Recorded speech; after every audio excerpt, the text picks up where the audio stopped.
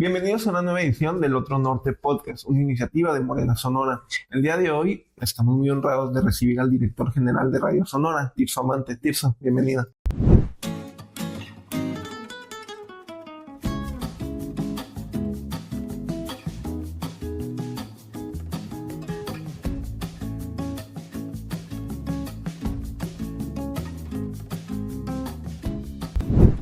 Y militante de la Cuarta Transformación. Muchas gracias, Omar, por la invitación. Sí, pues un gusto. Aparte, es muy interesante los temas que vamos a tocar, porque aparte te ha tocado a ti ser el impulsor de un cambio de paradigma en los medios públicos, en este caso en Radio Sonora.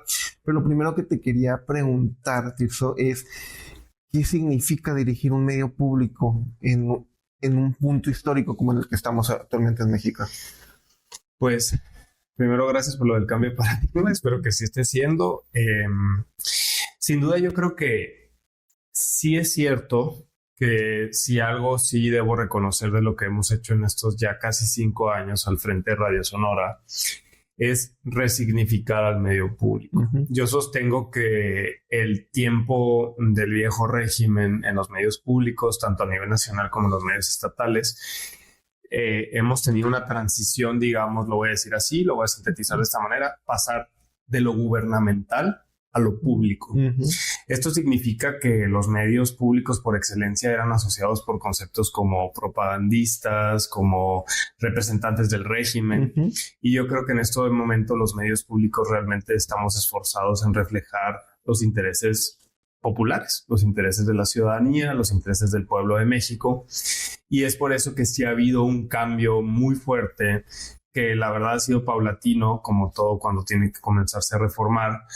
Y nosotros acuñamos, digamos, como un eslogan que nos parece que no solamente es mercadotecnia ni es publicidad, sino que tiene que ver con lo que estamos haciendo, que es decir, que Radio Sonora hoy está más viva y es más pública.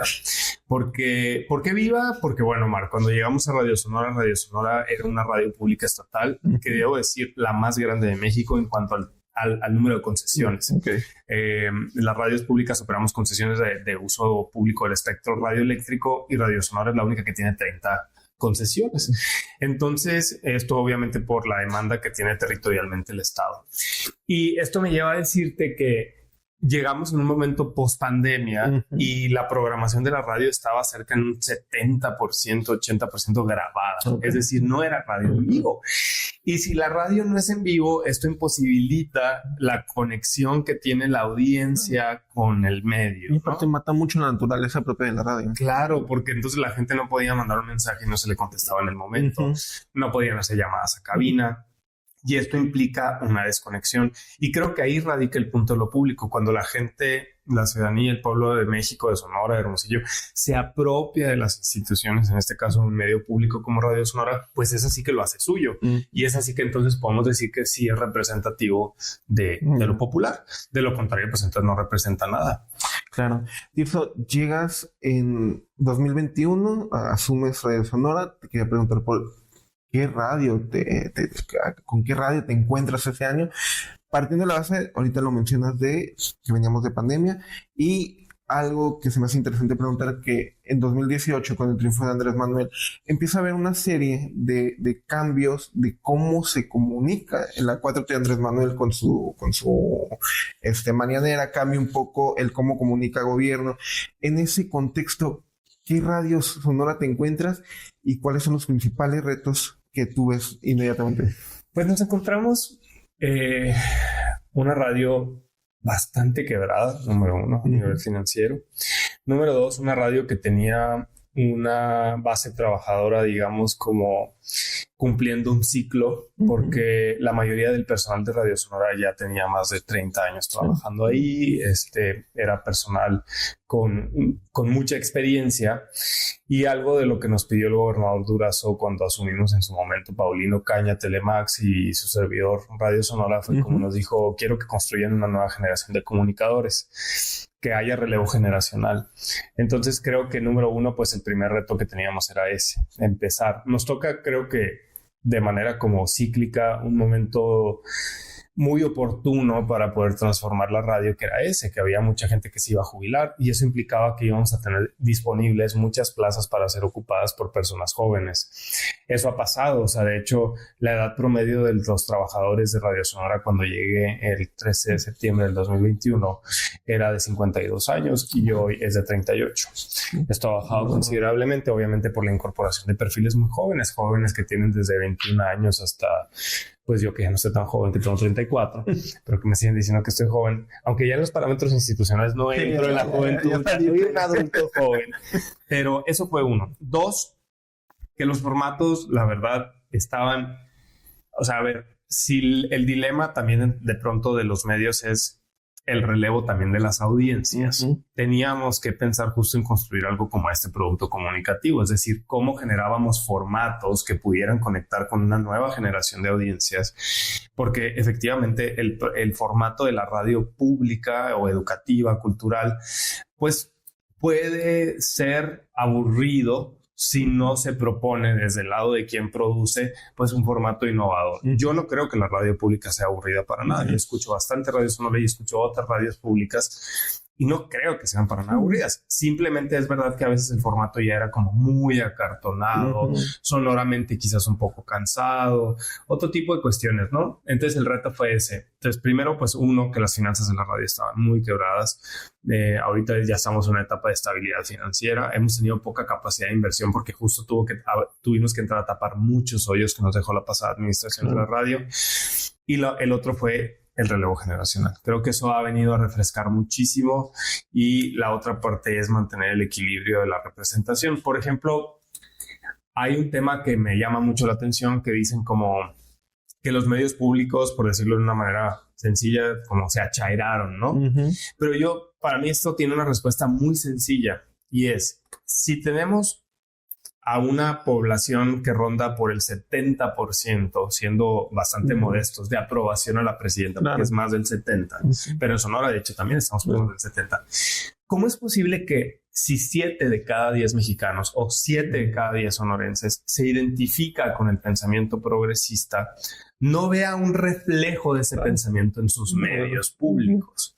Antes realmente el pensamiento y la estructura de los programas, los formatos, pues era bastante conservador y representaba políticamente al gobierno. Pero me parece que en este momento los contenidos no es que reflejen al gobierno, sino que reflejan el pensamiento y los temas de interés de un amplio sector de la población. Por eso asumo que son contenidos de carácter público. Entonces, la gente obviamente va a encontrar pluralidad y todas las expresiones políticas reflejadas y vertidas en los contenidos, pero por supuesto que va a encontrar de alguna manera sí muchos más espacios desde un corte progresista, y no hablo de la política únicamente, hablo del tema, por ejemplo, desde qué perspectiva se analizan los derechos humanos, porque en Radio Sonora obviamente asumimos que no están en debate muchos derechos que la derecha le gustaría que estuvieran en debate. Por ejemplo, nosotros asumimos que las mujeres tienen derecho a decidir sobre su propio cuerpo. Nosotros asumimos que la comunidad LGBT tiene derecho a gozar de los mismos derechos porque no somos ciudadanía de segunda. Y ese tipo de preceptos que vienen desde un pensamiento progresista, que no necesariamente tiene que ver con que sea morenista, sino simplemente progresista, pues claro que están reflejados en los valores de la programación, porque representan los valores de 7 de cada 10 sonorenses. Y por supuesto que están vertidos ahí. A mí lo que me llama la atención, Tirso, es que creo yo que has logrado un equilibrio en todo esto que dices, pero también ahorita que hablabas de los nuevos formatos, es entrarle, hay un prejuicio con los medios, no solo los medios públicos, sino más que nada los medios tradicionales, televisión abierta, radio, están compitiendo con las plataformas de internet, de los streamers, TikTok, etcétera. Creo que han hecho, tu gestión ha logrado equilibrar perfectamente la calidad de la señal de los programas que dan, con también un respaldo en las redes sociales. ¿Cómo ha sido ese proceso de modernización también de Radio Sonora? Que si uno se fija en años pasados, en las sesiones pasadas, había un abandono de las redes sociales y de la página, etcétera, que tú has logrado rescatar y potenciar. Es una gran pregunta que de hecho te agradezco porque honestamente es parte de lo que más nos hace sentir orgullosos en esta gestión. Número uno, yo diría, sobre el tema de la competencia. Desgraciadamente, el periodo neoliberal en el país y la lógica neoliberal también permeó en los medios. ¿Permeó de qué manera? Permeó en el sentido de que la mayoría de los medios de comunicación, sobre todo los comerciales, bueno, más bien, nos comercializaron a todos bajo la lógica de que la razón de ser del medio era la pelea por las audiencias. Entonces, desde ahí se cuestionaría, bajo esta lógica sumamente como productivista y utilitarista, decir, bueno, pues es que entonces un medio que no está compitiendo por la audiencia y que no está en un primer lugar de rating en un horario estelar, pues entonces no tiene sentido de ser financiado por recursos públicos. Pero justo aquí es que es todo lo contrario. Es que en realidad la esencia de los medios públicos viene de ofrecer alternativas, porque frente a tanta telebasura, frente a tanta radiobasura, pues el esfuerzo que hacemos los medios públicos es el de producir contenidos de alta calidad, con contenidos culturales, educativos, de discusiones mucho más profundas. Obviamente la radio pública es mucho más hablada porque tenemos muchos más programas pues de discusión de temáticas en lo general, desde temas de derechos, temas de política, temas de sociedad, temas de cultura, temas educativos, etcétera. Porque eso no lo vas a encontrar en el medio comercial. Claro. Por supuesto, entonces, que tenemos que erigirnos como una alternativa a la lógica comercial, que a mí me parece sumamente perversa el hecho de pensar que los medios únicamente tienen que pelear por un rating. Eso me lleva al tema de las plataformas digitales. Para nosotros nos llena de orgullo lo que ha pasado. ¿Por qué? Por lo siguiente, Omar. Porque cuando llegamos en septiembre del 21, nos encontramos con una radio que tenía las redes sociales abandonadas. O sea, literalmente existía como un equipo de 2 personas que no trazaban ninguna estrategia, que no había nada, simplemente era como administradores de las redes. Nosotros, bajo esta administración, desarrollamos y creamos la subdirección digital. Esto en el entendimiento de que las plataformas digitales son una extensión del medio y mediante esa extensión es que nosotros podemos, a través de convertirnos en un medio multiplataforma, conquistar a nuevas audiencias.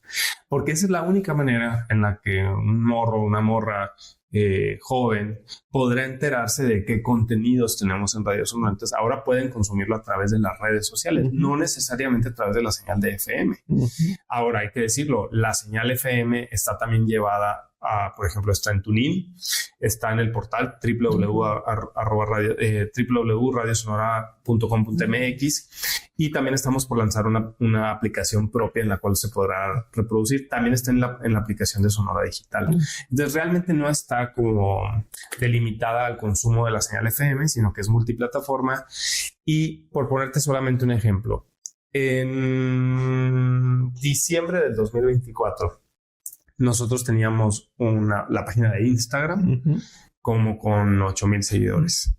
Actualmente ahorita estamos por llegar a los 24,000. Y el gran logro de esto es que es 100% crecimiento orgánico. No hemos pagado un peso de pauta. Y que aparte, malamente son como el primo pobre de toda la estructura gubernamental ustedes. Y eso quiere decir que con mucha creatividad, con mucho esfuerzo, con un interés por desarrollar contenidos con una identidad propia, que es muy regional, que apela mucho a la identidad sonorense, que apela mucho pues como a cosas que nos hacen sentir orgullo, pero no bajo el orgullo del nacionalismo de derecha, que de pronto puede caer hasta en la xenofobia o en la discriminación a migrantes, por ejemplo. Sino todo lo contrario, como aquellas cosas que vale la pena enaltecer y aquellas figuras que son parte de la historia sonorense que nos hacen, que nos ponen referentes, ¿no? En la historia.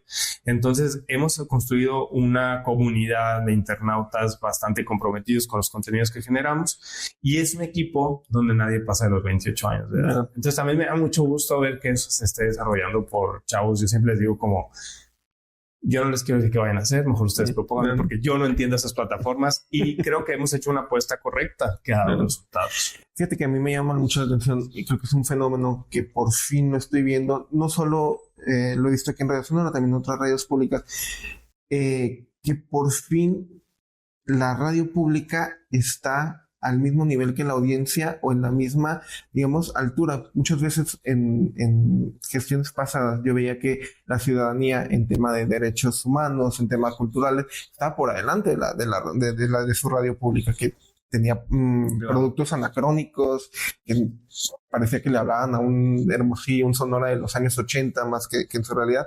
Creo que en tu gestión se ha logrado equilibrar y ahora está reflejando mucho el sentir común de la mayoría de población. Se me hace un fenómeno muy padre. Y vamos a ver esta cápsula y regresamos. México es un país libre, independiente y soberano. Y la soberanía no se negocia. Durante muchos años, gobiernos del pasado permitieron presiones, con voluntades entreguistas e intereses externos, por encima de las decisiones del pueblo de México. Con la Cuarta Transformación, nuestro país recuperó la dignidad y la capacidad de decidir su propio rumbo. La relación con cualquier nación debe basarse en el respeto mutuo, la cooperación y la no intervención. México no acepta imposiciones de gobiernos extranjeros, ni injerencias que vulneren nuestra independencia. Defender la soberanía también significa proteger nuestros recursos energéticos, nuestra economía y nuestra capacidad de decidir qué es lo mejor para el pueblo. Significa defender el derecho de México a construir su propio modelo de desarrollo con justicia social y bienestar. México asume con responsabilidad el combate a la violencia y al crimen organizado. Esa lucha debe enfrentarse en cooperación y respeto, no con subordinación ni con injerencia extranjera. México cumple con su responsabilidad en materia de seguridad y coordinación internacional, pero exigimos una relación de corresponsabilidad, porque la solución no puede recaer solamente sobre nuestro país, mientras del otro lado de la frontera no se atienden las causas que alimentan esta crisis. Y mientras algunos apostaban por privilegios y dependencia, la Cuarta Transformación ha demostrado que poner primero al pueblo sí da resultados. Hoy, millones de personas han salido de la pobreza gracias a una política social y humanista y cercana a quien más lo necesita. La defensa de la soberanía nacional y la transformación de México van de la mano. Independencia, dignidad y justicia para nuestro pueblo. Porque un país verdaderamente libre es aquel que toma sus propias decisiones, que no se somete a intereses externos y que pone siempre por delante el bienestar de su gente.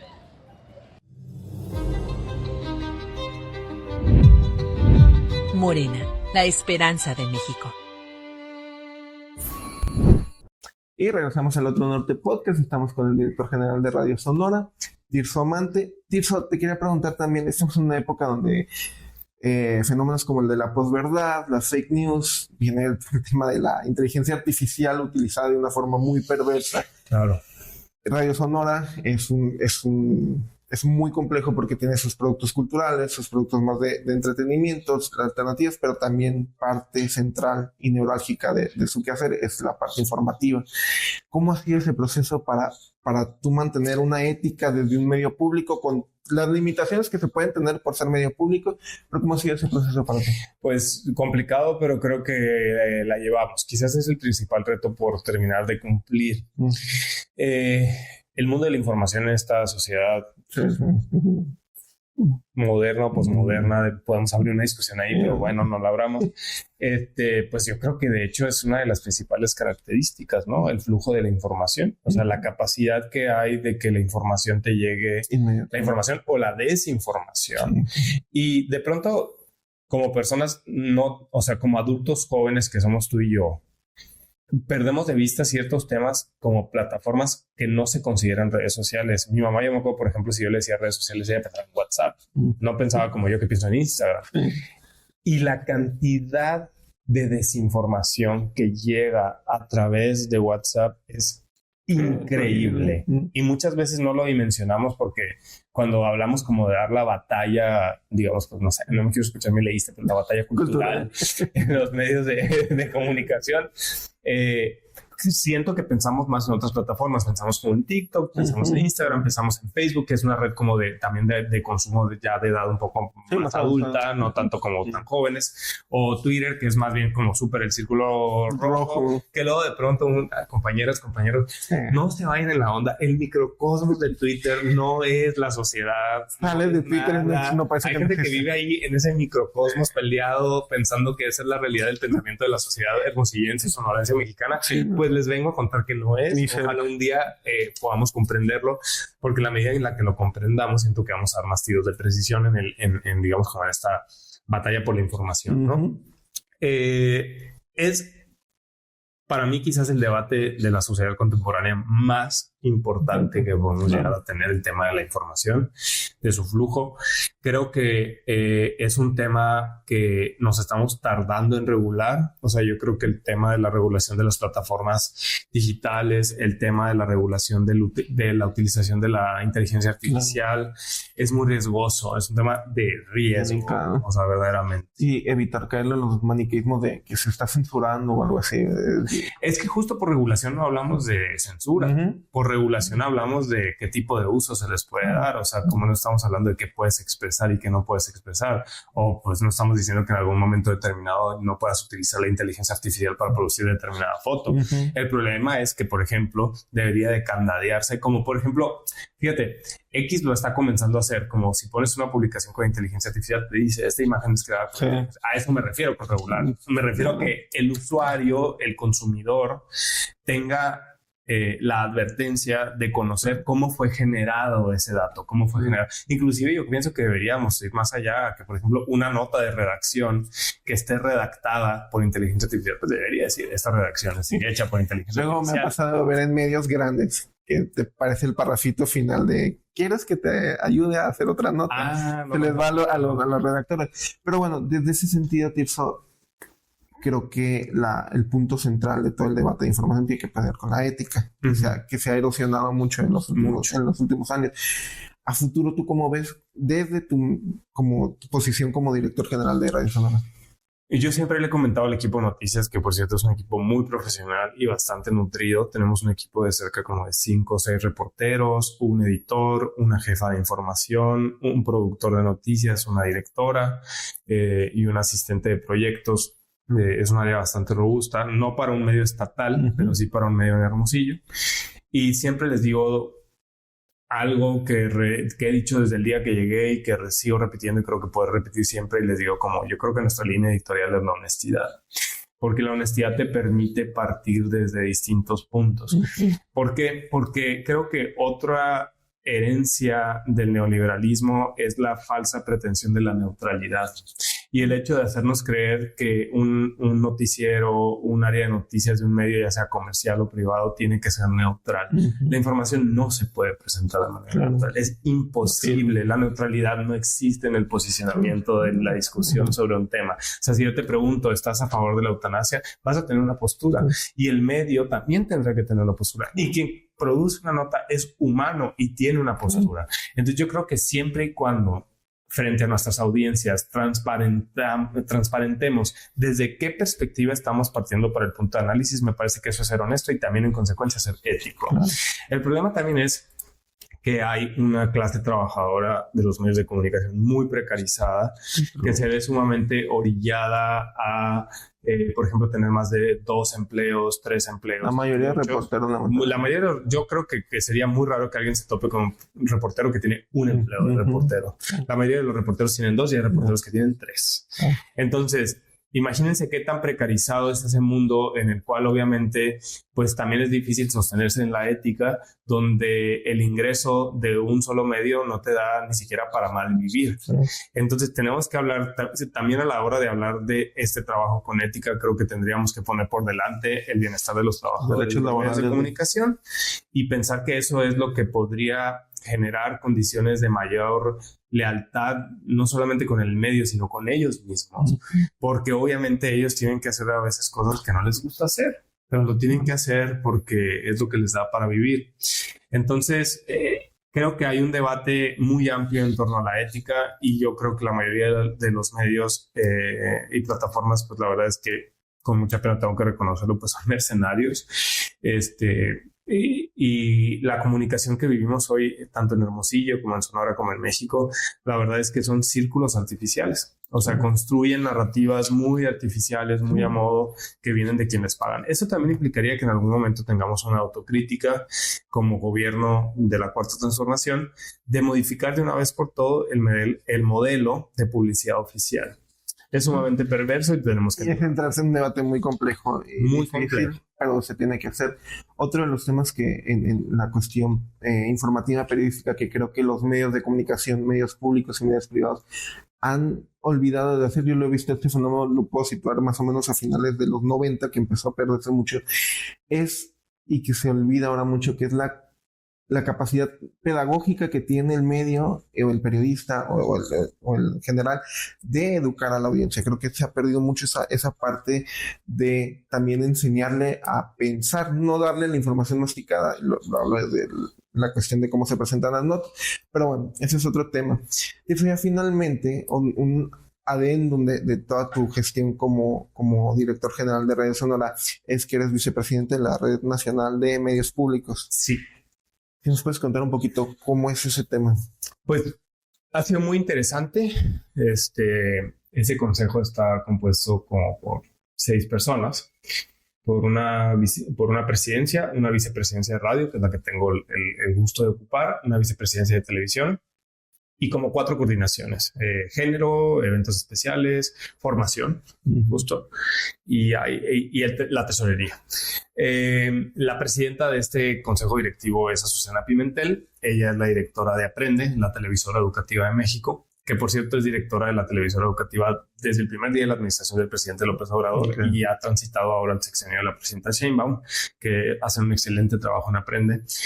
Y bueno, pues ahí nos reunimos cada 5 meses, nos reunimos cada 6, nos reunimos en noviembre y en mayo.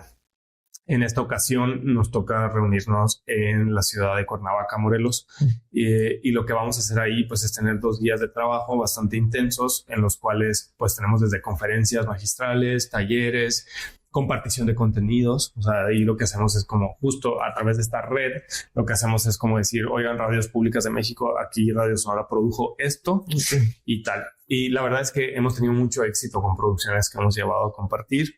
Nos da mucho gusto que de pronto una producción hecha 100% en casa en Radio Sonora pues se esté transmitiendo en Campeche o en Veracruz o en Colima, inclusive en el estado, en la Ciudad de México. Tenemos una alianza muy estrecha con Radio Educación, que es la radio pública más vieja de México. De hecho, hace poco cumplió más de 100 años. Y eso nos hace como compartir experiencias, también a veces sobarnos el lomo mutuamente, porque obviamente todos los medios públicos padecemos de las mismas circunstancias.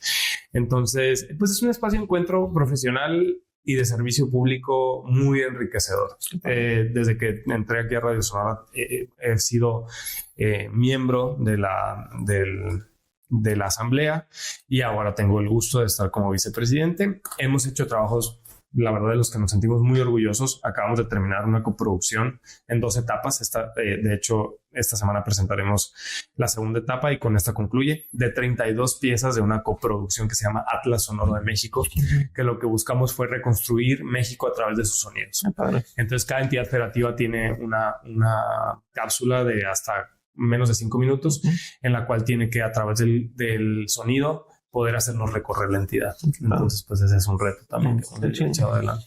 Padre. Ya finalmente, Tirso, 2 preguntas para cerrar. La primera es, cada cambio de paradigma y que conlleva una ruptura de estructuras ya muy anquilosadas, trae consigo una resistencia, pero también a futuro es difícil muchas veces imaginar. Me acuerdo que decía Fisher que el capitalismo es tan sádico que nos ha quitado hasta la capacidad de pensar un futuro fuera de ella. ¿Cómo te imaginas tú el futuro de los medios públicos, concretamente de Radio Sonora? Me lo imagino con gobiernos que entienden que es mejor invertir en los medios públicos que en los medios comerciales. Fortaleciéndolos mucho más. Me imagino un Radio Sonora que se consolide a través de este relevo generacional, que encuentre como la posibilidad de extender ampliar sus horizontes en cuanto a la generación de nuevos formatos. Y me imagino también un Radio Sonora que tiene la posibilidad de estar de manera estable, porque lamentablemente sí es como la falta de inversión que ha tenido Radio Sonora a lo largo de sexenios ha hecho que la estabilidad de su señal sea pues bastante endeble, ¿no? O sea, se nos cae una, arreglamos otra, sale otra del aire, entonces nunca estamos como al 100. Entonces eso para mí sería como lo más bonito, y sobre todo imaginándome un Radio Sonora muy cerca del pueblo sonorense, o sea, como una radio que verdaderamente las y los sonorenses la sientan suya, que se hayan apropiado de ella y que sean la misma ciudadanía la que le exija a Radio Sonora qué es lo que tiene que llevar a sus contenidos. Creo que en el momento en el que logremos que la ciudadanía sea la que dicte la línea editorial de Radio Sonora, entonces vamos a estar del otro lado. Y ya finalmente, Tirso, esta pregunta la hacemos para también conocer a la persona detrás del personaje. Una canción que te haga sentir y un libro o película que tengas siempre muy presente.